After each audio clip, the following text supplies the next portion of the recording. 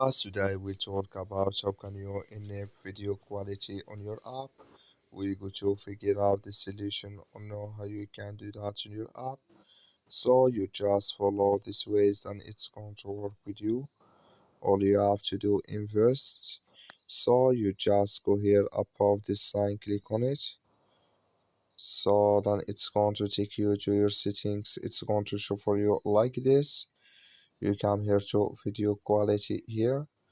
Just click here in this sign. Like you see this color show for us, that's mean here video quality enable with us now. So that's all you have to do. I wish now you I get it, that's all. So you just follow these ways, then it's going to work with you.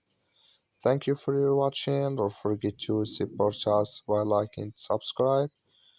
So that's all you have to do. I wish now you all get it.